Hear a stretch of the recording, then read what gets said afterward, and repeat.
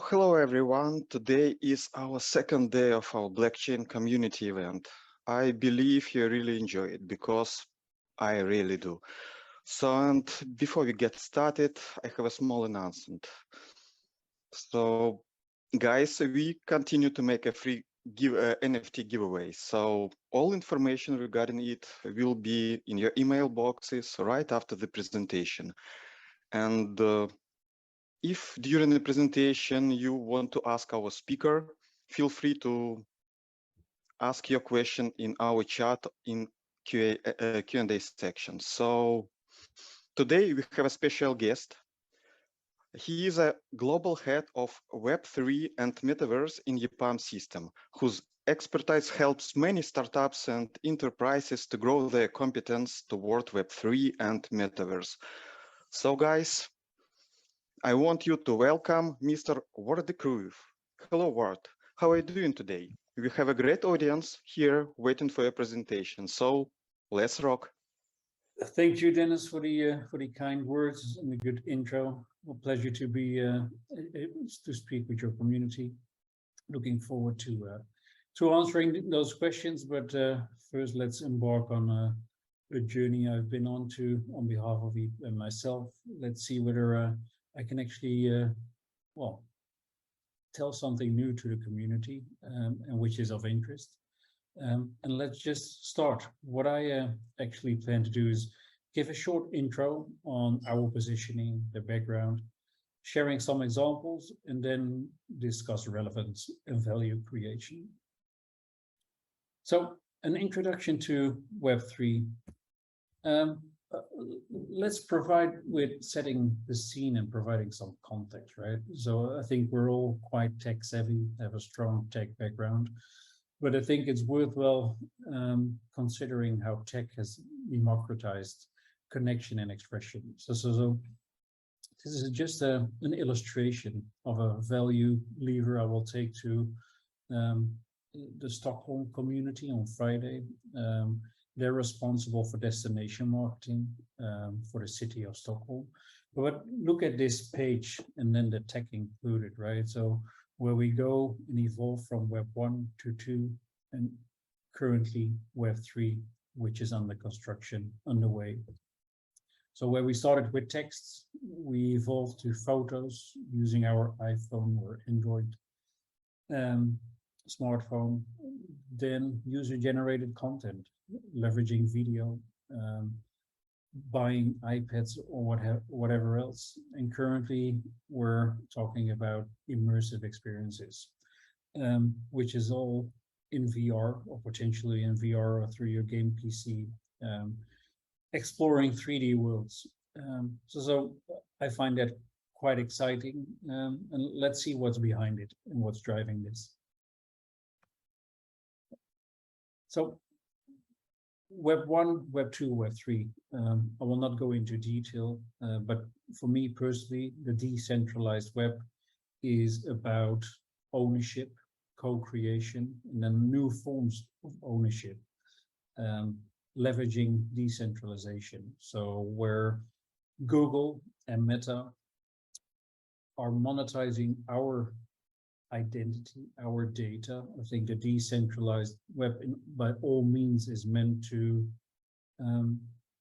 well, be more transparent, allow us to own our own data, and leverage IP, which we might acquire by minting an NFT or something else. A lot has to do with digital scarcity, and I will talk about that in a few moments.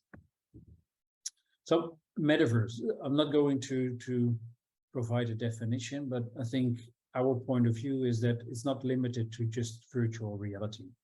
It's interconnecting social media, AR, VR, gamification, blockchain, loyalty tokens, and cryptocurrency. That for me is how I look at the Metaverse. NFTs, I'm crazy about it. On the next page, I will tell you that I should have been speaking to you yesterday, and I will give you the rationale for that. But the funny thing about NFTs and non-fungible tokens is, if you look at the people artwork on this, right? 5,000 pieces of small art. I think it's important to grasp what's going on within the NFT community, because the people's artwork was bought by someone in India for almost 70 million.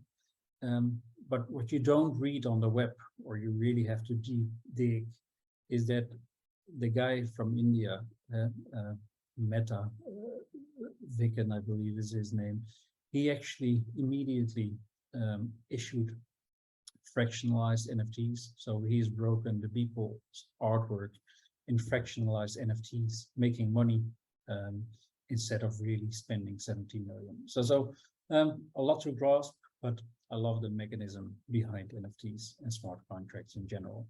So why should I have been speaking with you yesterday? Because yesterday it was actually International NFT Day.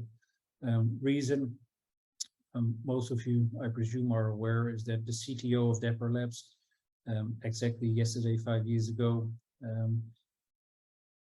actually issued the ERC 721 protocol, which is the backbone for NFTs. Some argue that the first NFT was actually the quantum artwork by Kevin McCoy, which was minted using Namecoin in May 2014. And I ask you, do scan this QR code on this page. It will bring you to an artwork that, if some of you might have attached a smart contract with, it could have been yours, and you could have owned the IP of the artwork and go sell it on OpenSea. However, it's an exciting journey, but only with a history of 5 years, where some may argue it's longer than 5 years. But a lot of it is yet to come, where it is about NFTs. So what's going on in beyond our community? I brought 2 examples, and that's one, luxury retailers, but also within automotive, really embracing digital twins, NFTs. So for me, the Aura blockchain is a good example where companies actually start collaborating, creating their own blockchain, which is actually meant to purely capture both production, supply chain, and consumption, the value chain, where it's all about community, personalization, creation on the consumer side, innovation, traceability, transparency on the B2B side. A great example of a lot of the initiatives currently going on in this space. Disruptive new business, right? So the Aura blockchain is one, but the Aura network, building the internet of NFTs. And so providing software which is being positioned as a one-stop solution for NFTs. So a lot of disruptive startups and within the community, people that attend the call today might even consider, hey, I'm going to launch my disruptive startup. But I think in this space is a lot of is about content creation, value creation. So let nothing stop you to explore and to go deep into this space. Where I see EPAM's opportunity around Metaverse is to accelerate the tools and integration needed to bring the Metaverse to life. And for me personally, the Metaverse to date doesn't exist yet. It's underway, it's under construction. What will thrive the Metaverse? One, platforms. Behind the platforms, interoperability. If interoperability fails, the Metaverse will fail. But there will be a few leading platforms, whether it's Epic Games, whether it's Meta, whether it's Microsoft. Those platforms are key to foster and build communities. Important to really make those platforms work are tool sets and solutions to enable the creators to be creator. That's where we come in and can actually focus on accelerating those tool sets and solutions, and ultimately system integration, whether it's data interoperability, if I refer to Victor's call just now, or platform interoperability. We will see a lot of system integration to actually enable next generation commerce propositions. that's where we have an opportunity as EPAM as well. Our view on Web3 and the Metaverse. One, freedom of choice where it comes to, hey, I want to use my iPad, mobile, gaming PC to basically experience 3D worlds. That's already going on within the gaming community. Alternatively, I'm going to need my hardware, my goggles. I'm going to use my Oculus to really immerse myself in virtual worlds.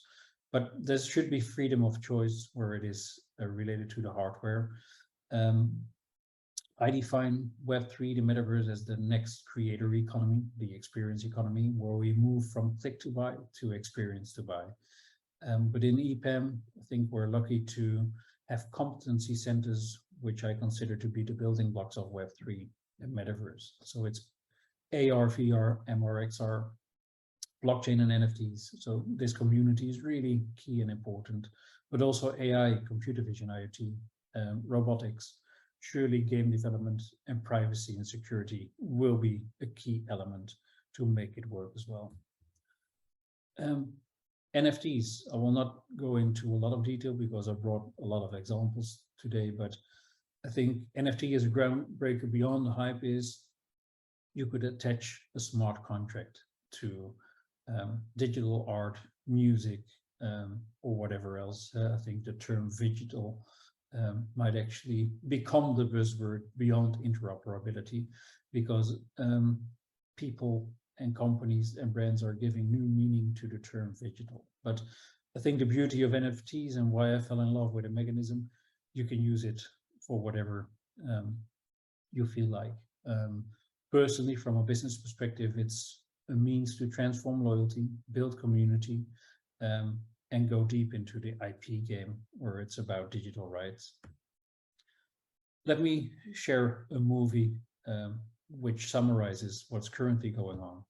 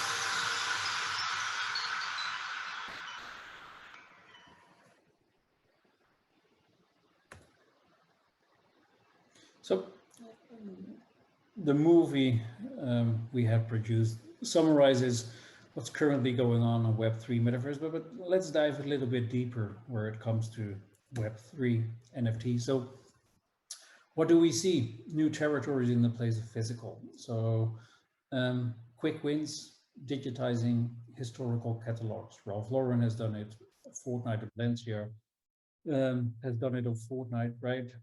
Providing skins and turning those skins in digital items where you can have your own unique hoodie, which you can wear in Fortnite as well as in real life. So those are the quick wins. Because of COVID, we saw a rise of virtual concerts. So whether it's Travis Scott or Ariana Grande on Fortnite, 3D experiences, which are really next level. EPAM actually built a scaffolding for those virtual concert on Fortnite, right? So we will see much more of it, but also signature brand VR experiences. Nike Land on Roblox, see a lot happening on Decentraland. So brands are really testing the waters where it comes to AR and VR. NFTs, utility NFTs, right? So Nike did one clever thing, which is actually acquiring a company called Artifact, an acquisition of $600 million, where they are leading the way. So year to date, almost generating 200 million in revenues, by really having a clever strategic roadmap with NFTs heavily embedded into it.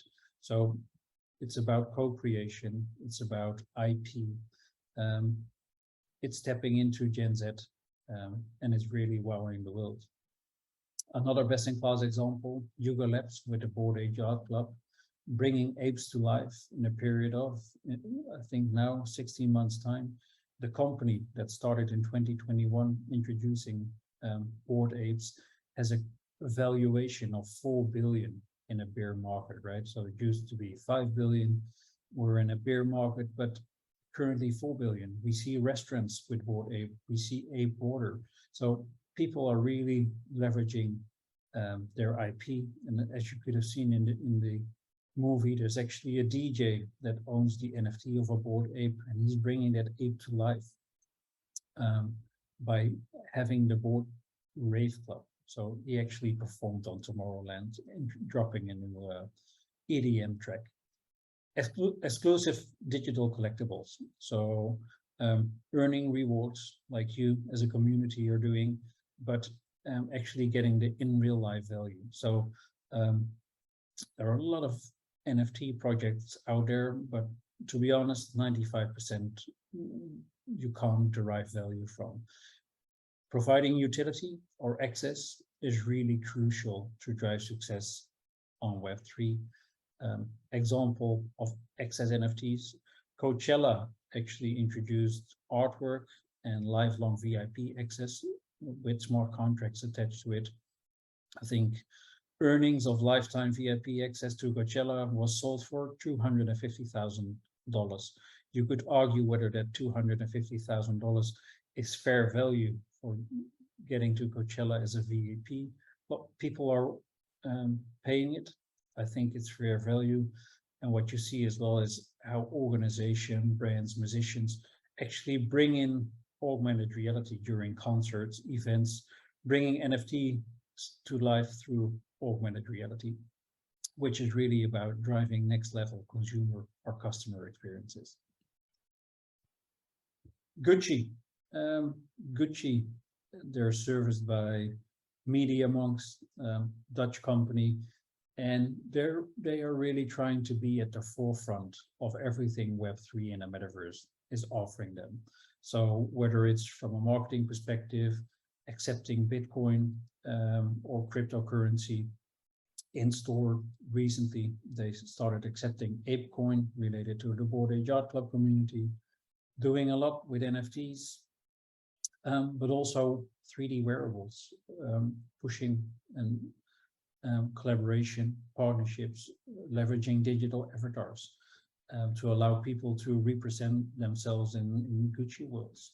Digital, so really introducing new product innovations, digital in real life and virtually. So really driving immersive experiences, all to engage with Gen Z and build community.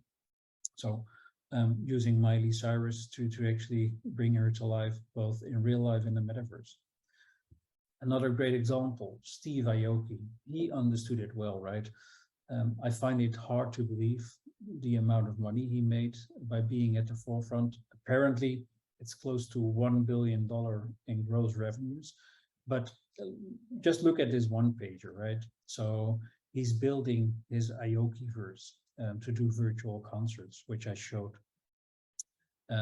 He has his own NFTs, and he's leveraging the segmentation and tiering of smart contracts quite cleverly. So bringing NFTs to the next level. So we see adoption of NFTs that way, where people actually start differentiating and tiering membership, if you like, by the community. But go check out Steve Aoki and what he's done with NFTs in the metaverse. It's a great example.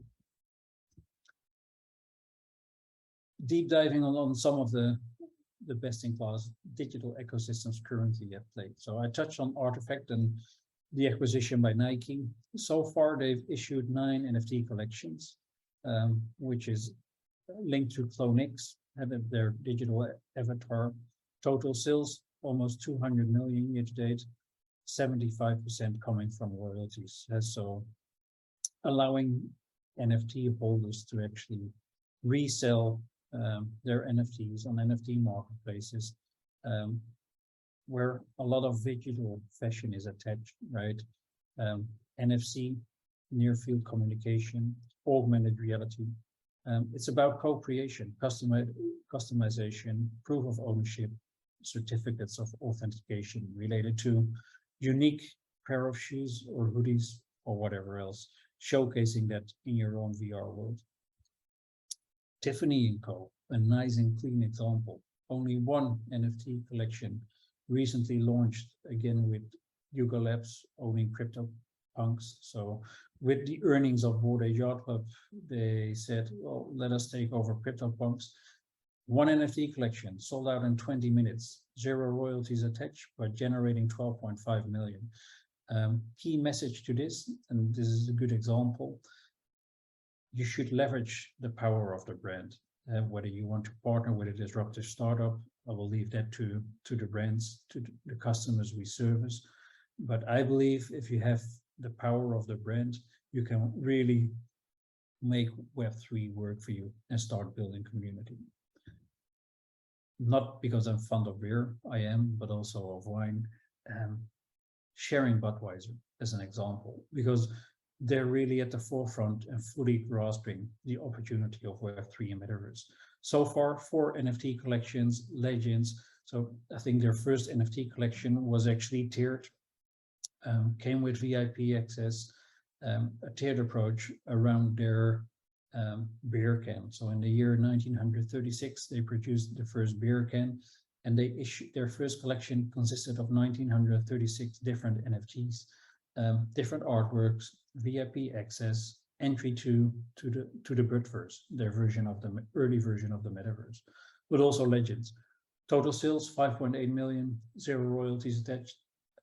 A best-in-class example to be replicated by CPG brands. Recently, Starbucks joined the hype around Web3, leveraging Web3 tech to transform loyalty. So this is all about digital collectibles, where they actually see the NFTs as an access pass to the global Starbucks community. They partnered with Polygon, so on the Polygon blockchain. Good choice.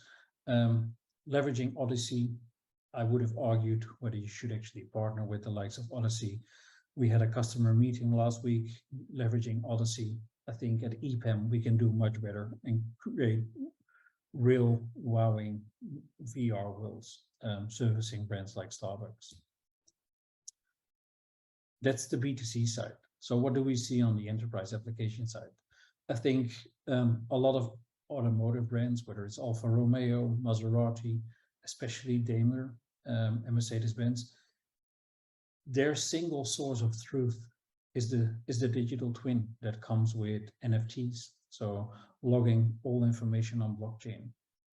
Alfa Romeo with their latest car, the Tonale, they're going to log repair and maintenance records on blockchain. So NFTs we will not only see within B2C, we will see a lot in B2B as well. And that is quite interesting. Since the last few weeks, I think the gaming industry, they are reluctant to speak about the metaverse. They talk about Web3, not the metaverse, but what we actually see is the adoption of NFTs by game engines, game providers, gaming platforms as of last week, right? So Fortnite or Epic Games actually launched their first NFT game. Engine a few days ago started introducing NFTs for Grand Theft Auto, where an NFT will be attached to in-game assets and log them on blockchain. NFT marketplaces, so where we see a lot of marketplaces like OpenSea, Rarible, or whatever else, I think what the future will hold, and there you guys can support our customers as well, is developing NFT marketplaces that sits within the digital mobile and then digital ecosystem of brands, right? So I think ultimately, whether it's a fashion retailer or an automotive company, they will actually embed an NFT marketplace in their own digital ecosystem, servicing their community. What's the relevance? I think Web3 for me is about transforming customer loyalty, leveraging Web3 technology, hence blockchain, NFTs. It's evolving brand perception and increasing brand equity, right? Because I think the communities, perhaps also this blockchain community, it solves the brand heat with Gen Z millennials who are tech savvy, digital savvy. I consider them to be the next generation consumer, and it's about next generation commerce. It drives new commercial growth models where in Asia we've seen a huge pickup of live shopping. I think it's fair to say that in the US and Europe, live shopping actually stays behind. But imagine leveraging the metaverse to push live shopping. I think that might outperform and outpace social commerce. So drive new commercial growth. And you've seen the NFT examples really generating material revenue figures. Reduce environmental impact. So the beauty of digital is actually you're attaching a smart contract to a 3D wearable, which you can transport to any virtual world of your liking once interoperability is cracked. But it doesn't come with a physical supply chain. So 3D wearables, digital skins, I think you can argue that it's actually reducing the environmental impact. The video I showed, I think it illustrated that last year, 2021, virtual goods represented almost 60 billion in revenue, which is double the size of the music industry. So go imagine what you can do with that. Ultimately, it's building community. I honestly believe, or I touched on my vision for Web3, that the decentralized web is about building community. So rather than being dependent on targeting audiences through Google and Facebook, these days Meta, I think Web3 is aimed to operate your own brand experience platform and really foster and engage with your community that want to belong to the community and have brand desirability by all the experiences offered on the platform. Opportunity for value creation. So I'm using an example of Adidas, right? One of EPAM's customers. And I think their vision on value creation, leveraging Web3 in the metaverse, is virtual goods and immersive experiences, enhanced e-commerce, next-gen commerce, and co-figure, right? A lot of us potentially are addicted to our phone and spend hours per week at least on shopping, but that's shopping based on a flat 2D picture. So imagine entering a virtual world where you can shop in 3D. That's more exciting than e-commerce as it is today. Ultimately, create a new normal. So tokenized customer engagement, fueling tokenomics, where think also will be less dependent on large financial institutions, where brands with global consumer adoption might decide, hey, I have my loyalty token and I'm going to evolve my loyalty token into a digital currency offering, having my own coin. And what I envision for me, whether it's Adidas or Nike, I want to leverage their digital currency, go to a Real Madrid game, pay with my Adidas coin or Nike coin, without being dependent on financial institutions. I think we're in a good space, right? A lot of people of you might actually have been involved with crypto kitties. Crypto kitties were definitely at the forefront. I think they're performing so these days. The near blockchain protocol is doing fine, but we've got this knowledge, and this knowledge we can turn into our benefit by advising and building for our customers. NFT marketplaces, as said, that will be a new normal within digital ecosystems of our customers. We're building loyalty token platforms, right? So the loyalty token solutions we offer can evolve into digital currencies, and we will see a lot of that happening in the future. Last movie, before I close off, this is how a brand like Adidas could leverage the power of Web3 to transform loyalty, build community with Adidas members.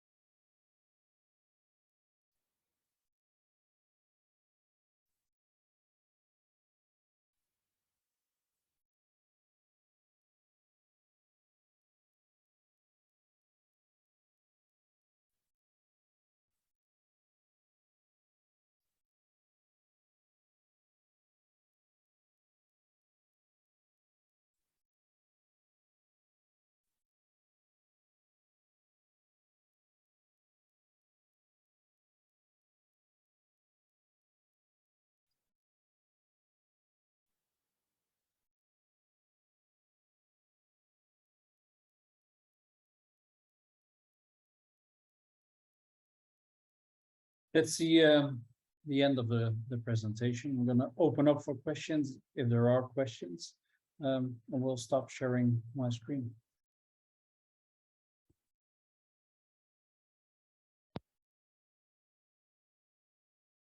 So it was awesome, Ward. Thank you very much. Yeah, I believe we are starting to live in cyberpunk world right now. Yeah, it was cool. So and I'm happy that EPAM also involved in Metaverse and Web3 activities. Yeah, and for me personally, as a EPAMer, it would be a great to, to participate in such project. So thank you very much. And let's check if we have a question here. Unfortunately, not much. Yeah, one more thing that I want to mention. I've been a very huge fan of electronic dance and music, and it was surprise for me that Steve Aoki participating in Metaverse, and I'm personally definitely will check his site and what he did. Yeah, thank you very much. It's worthwhile checking out, absolutely. Yeah, so guys, if you have a question, please use our community forum, and you can ask, and afterwards we can answer it. So thank you word again. And guys, before we are stopping, I'd like to tell you that, and I'd like to ask you to stay online because we have many very interesting events afterwards. So next one will be regarding tokenomics. If you're interested, so stay online and have a good time and enjoy it. Thank you very much. You're welcome. Thank you, Dennis. Cheers. Bye-bye. Thank you. Cool.